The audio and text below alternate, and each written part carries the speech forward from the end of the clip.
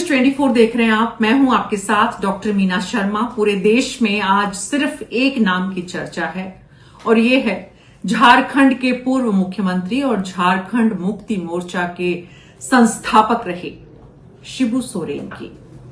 झारखंड इस वक्त स्तब्ध है और श्रद्धांजलि दे रहा है अपने सबसे लोकप्रिय जननायक शिबू सोरेन को। आदिवासी समाज की आवाज बने, 8 बार देश की संसद में लोकसभा में चुनकर पहुंचे, 3 बार राज्यसभा, अभी भी राज्यसभा के सदस्य के रूप में ही उन्होंने आखिरी सांस ली है, 3 बार झारखंड के मुख्यमंत्री बने, लेकिन किसी भी संवैधानिक पद पर अपना कार्यकाल पूरा नहीं कर पाए।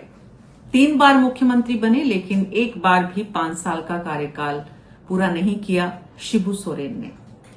देश में केंद्र सरकार में कोयला मंत्री बने लेकिन बीच में इस्तीफा देना पड़ा। आज चारों तरफ यही चर्चा हो रही है कि शिबू सोरेन कितने बड़े आदिवासी समाज के नेता के रूप में उभरकर राज्य की, पहले झारखंड और फिर राज्य की, देश की राजनीति में अपनी पहचान बनाने में कामयाब हुए।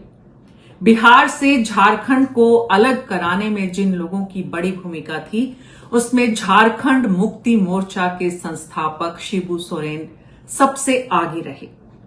शिबू सोरेन के बेटे हेमंत सोरेन आज झारखंड के मुख्यमंत्री हैं और सोमवार की सुबह जब ये खबर देश में आई तो देश के प्रधानमंत्री खुद पहुंचे उनसे मिलने के लिए और श्रद्धांजलि दी उनके पिता यानी शिबू सोरेन को।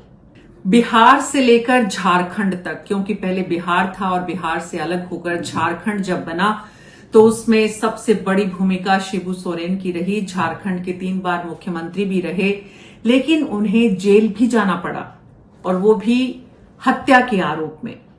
उन्हें अपने पद से इस्तीफा देना पड़ा कैश फॉर वोट के एक मामले में जो इस देश की संसद में नरसिम्हा राव की सरकार को बचाने के लिए सबसे ज्यादा सुर्खियों में रहा।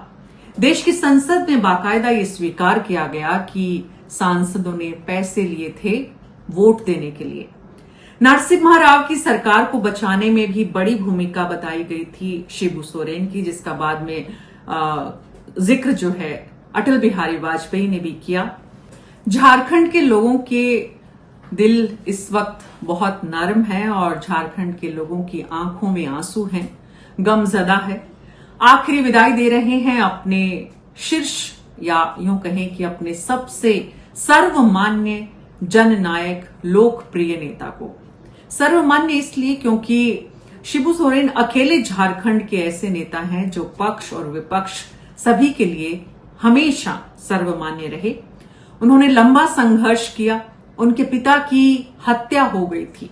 उनके पिता एक शिक्षक थे और उन्होंने उस दौर में महाजन यानी कि समाज का एक संभ्रांत वर्ग जो गरीब और किसान परिवारों से कर्ज लेता था, टैक्स लेता था, उसका विरोध किया था और उस वजह से उनकी हत्या कर दी गई थी। और इसी वजह से शिबू सोरेन ने अपने पिता की हत्या का वो जो दौर देखा, उसके बाद उन्होंने पढ़ाई छोड़ दी और वो सक्रिय राजनीति में, पहले विरोध की राजनीति उन्होंने की, आदिवासी हक के लिए समाज को एकजुट किया, लोगों के बीच पहुंचे और उसके बाद उन्होंने झारखंड जैसे राज्य में, देश में झारखंड जैसे राज्य के माध्यम से आदिवासी समाज के हित को देश की संसद में और राज्य की विधानसभा में उठाने का प्रयास भी किया। लेकिन एक आंदोलनकारी के रूप में, एक नेता के रूप में उन्होंने जो पहचान बनाई, एक शासक के रूप में वो उस तरह से कामयाब नहीं हुए और इसीलिए कुछ लोग कहते हैं कि सत्ता का सुख शिबू सोरेन ने नहीं देखा। आज के दौर के नेता जो आदिवासी समुदाय की आवाज बनने की कोशिश कर रहे हैं, उनके हक के लिए देश की संसद या राज्य की विधानसभा में बात रखने का प्रयास करते हैं, दरअसल उन्हें शिबू सोरेन से बहुत कुछ सीखने की जरूरत है। लंबा संघर्ष करके कैसे अपने समाज की आवाज को राजनीतिक मंचों पर और देश की सत्ता के सामने रखा जाए, ये शिबू सोरेन ने बताया। एक आंदोलनजीवी नेता, उतना बड़ा प्रशासक भले ही ना बना हो, लेकिन आज उनके बेटे हेमंत सोरेन झारखंड की सत्ता पर काबिज है।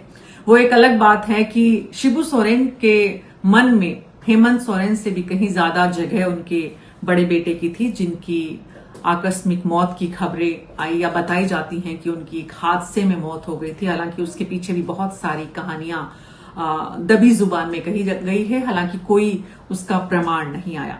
लेकिन आज की तारीख में हेमंत सोरेन, उनके बेटे, सत्ता पर काबिज हैं। वो झारखंड मुक्ति मोर्चा को आगे बढ़ा रहे हैं और झारखंड की सत्ता को भी। आज पूरा देश शिबू सोरेन को श्रद्धांजलि दे रहा है। उम्मीद करते हैं कि हेमंत सोरेन भी आदिवासी समाज की उस आवाज को आगे बढ़ा पाएंगे जिसकी शुरुआत शिबू सोरेन ने की थी।